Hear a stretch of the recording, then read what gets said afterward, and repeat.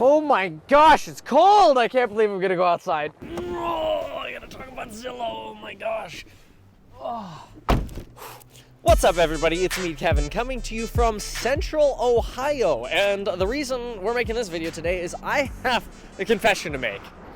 Well, maybe it's not really my confession. It's a confession that Zillow should be making. Oh, and quick note, make sure to check out my real estate investing course with private live streams, linked down below. There's also a course for real estate agents with private live streams, San Francisco Crash Course event this Saturday, November 16th, and a course for property management and personal finance. Check it out down below. I believe that companies like Zillow, with their instant offer programs, Redfin Now, and companies like Open Door are doing two things.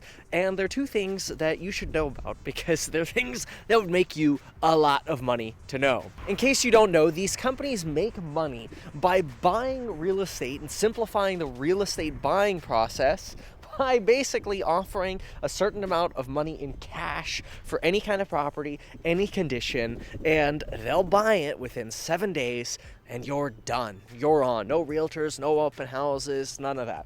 And I get that because in case you don't know, I'm a real estate broker, but mostly I'm a real estate investor. I own over $6 million of real estate investments without any partners or investors other than my wife. However, having transacted hundreds of deals for clients, I've understood that there's something very special about houses, much like this one, which make sure to subscribe and stay tuned for my video coming out on this house. This house was bought for under $10,000. And we'll be going through the numbers and details on this one. You can take a look and kind of see what you're dealing with there. But I specifically want to touch on Zillow. See, Zillow recently released their earnings report, and the earnings did so well, broke expectations, broke records, that their stock went up over 11% almost instantly. And remember, the point of this video is to tell you about these two problems that comes out of this. Before we really hit that problem though, let's understand this. From a stock market point of view, Zillow could be an interesting play. Mostly, it could be an interesting play because they are going to turn Zillow offers into an extremely profitable business. Now, according to their last financial report, Zillow offers isn't that profitable yet. It's not necessarily because the properties are selling for a loss. It appears to be, going through their financial report and just giving you the bottom lines, that they're spending a lot of time and money on infrastructure and really advertising and getting the word out on the existence of this instant offers program. So I understand that. But Zillow wouldn't be doing this if they didn't have a long-run game plan to make a lot of money from this. And we already know, based on the deals they're getting, that there is a lot of money to be made. In fact, the Wall Street Journal has been researching Zillow pretty dramatically lately, and there have been a lot of articles out about Zillow and these sort of iBuyer programs. In case you don't know, iBuyer programs are programs where basically companies come in and they use algorithms and technology to make offers on real estate, and then they buy those deals cash, quickly, done. Much like I described for this Zillow Instant Offers program. So we know they're using algorithms, we know they're using technology, we know they're going into these cheap houses, we know they're breaking and beating records, they're breaking expectations in the stock market. A lot of things are going very, very well for Zillow right now, which explains why we have competition from Redfin, why we have competition from Open Door, and why it seems like every week there is a new iBuyer program. But what are those two big problems that you should be fully aware of that I need to get out before I freeze? Because it might not look cold, but the feels like temperature is 14 and I am not dressed for 14. Oh, I should have put my gloves on. Oh, wait, do I have gloves? Oh, I have gloves. Okay, problem number one, you've probably heard me talk about before, but problem number two, if you stay for the rest of the video, could potentially change your life. And I'm not talking about like some lame seminar crap that you should go to and spend 40 grand learning how to wholesale houses and flip houses using other people's money.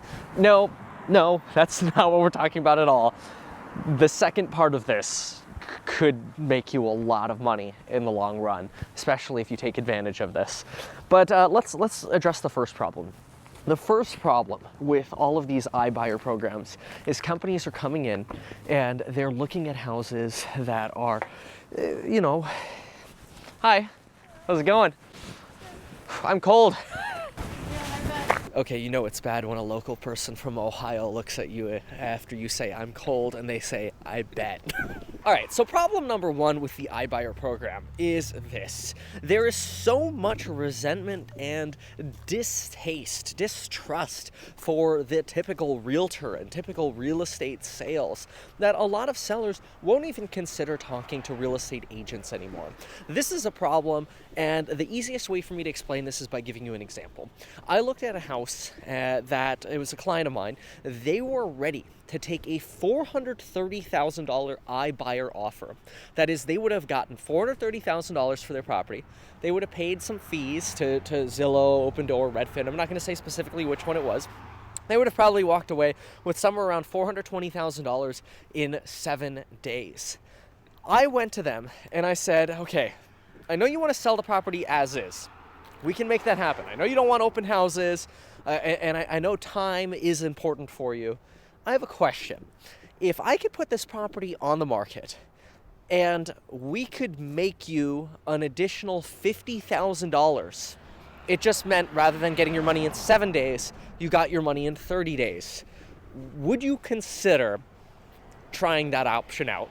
If it doesn't work, sell it to the iBuyer. No surprise, she says, yeah, of course, I'll take an extra 50 grand for 3 weeks, but how is that possible? Don't you have to like stage the house and fix it up, and the roof is broken and the furnace has problems, you know, the stove doesn't light? How are we gonna possibly sell the house on the market with all of these defects?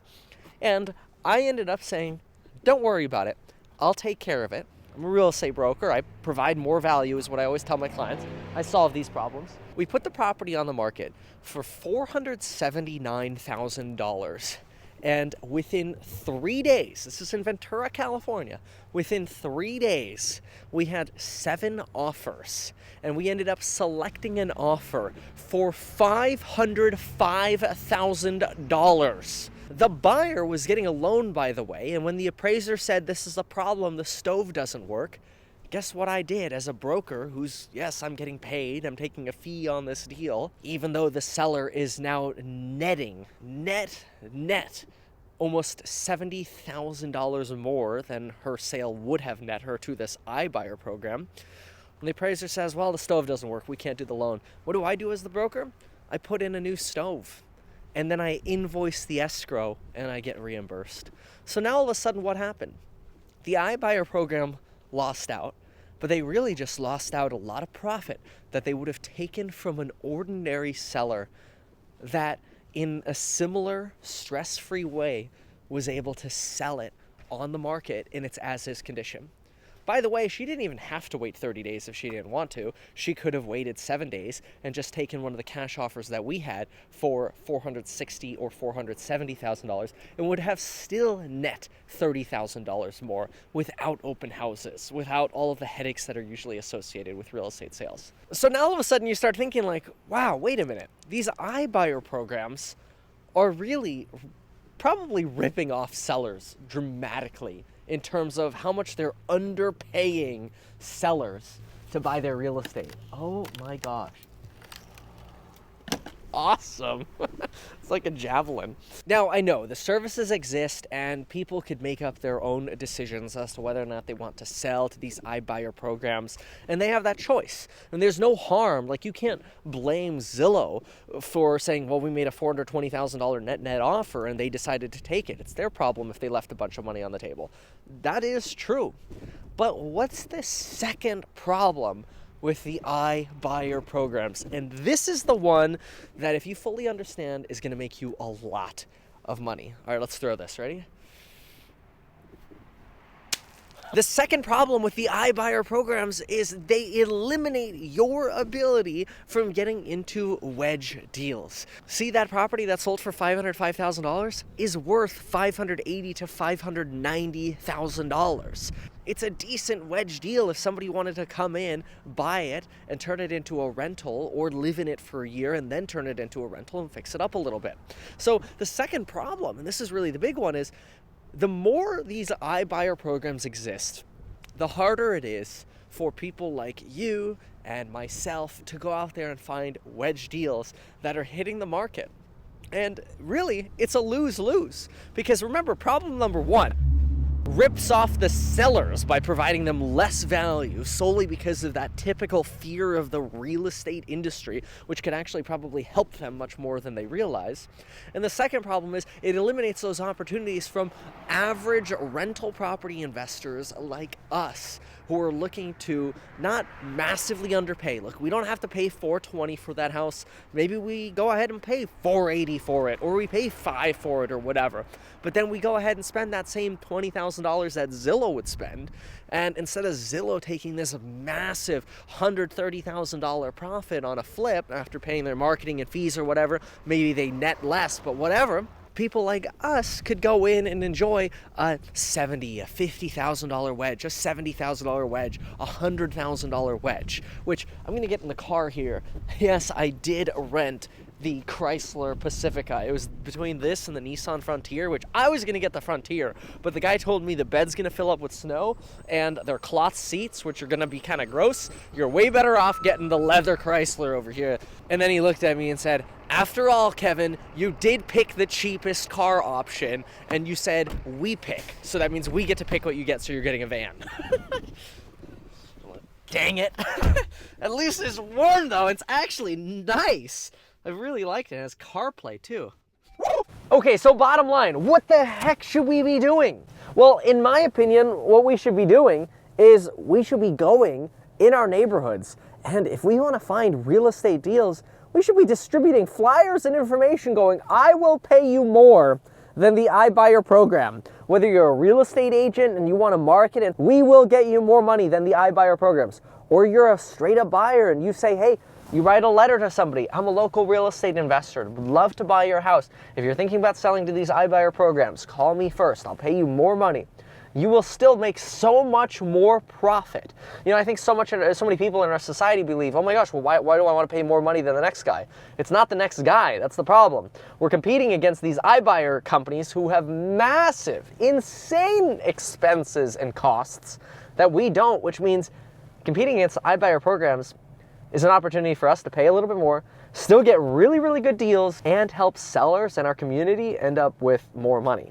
Alternatively, if you're not interested in real estate or wedge deals, well, you've probably not made it this far in the video, but you could just go buy Zillow stock. Although I personally am not a big fan of Zillow stock because I used to be a Zillow Premier agent, and I'll tell you, and I'm not trying to bag on Zillow, like this was just my opinion, it's just the experience I had. The customer service sucked. Hey, quick update for you. So I'm coming to you from the inside of this hotel room. Anyway, there's a Wall Street Journal article that just came out that suggests that iBuyer programs operate on relatively thin margins. That is, the article says maybe these iBuyer programs are not a ripoff, but I still disagree. Here's why. The problem is they used title insurance data. Now, title insurance companies are known for having very, very rudimentary algorithms for when it comes to valuing properties. Now, the article suggests, hey, it seems like these companies are operating on a lot thinner margins than they really should be. That is possible. So there are two things at play here that are very important to know. Number one, it is possible that iBuyer programs will start trying to pay good amounts for property solely to basically take advantage of the Uber effect, where you go in, you pay more than what everybody else can, or you charge less, like Uber does compared to taxi drivers, drive the taxi drivers out of business, and now you can increase your profitability. That's one option, but the second likelihood is that people are still getting tagged selling to iBuyers. They're selling significantly for less, and this generic overall data doesn't correspond or properly line up with market conditions, which change on a month-to-month basis. Oh, and even more realistically, just consider renting out your real estate instead of selling it. Then you don't even have to worry about it. All you have to worry about is focusing on how to get those good deals by buying them away from the iBuyers.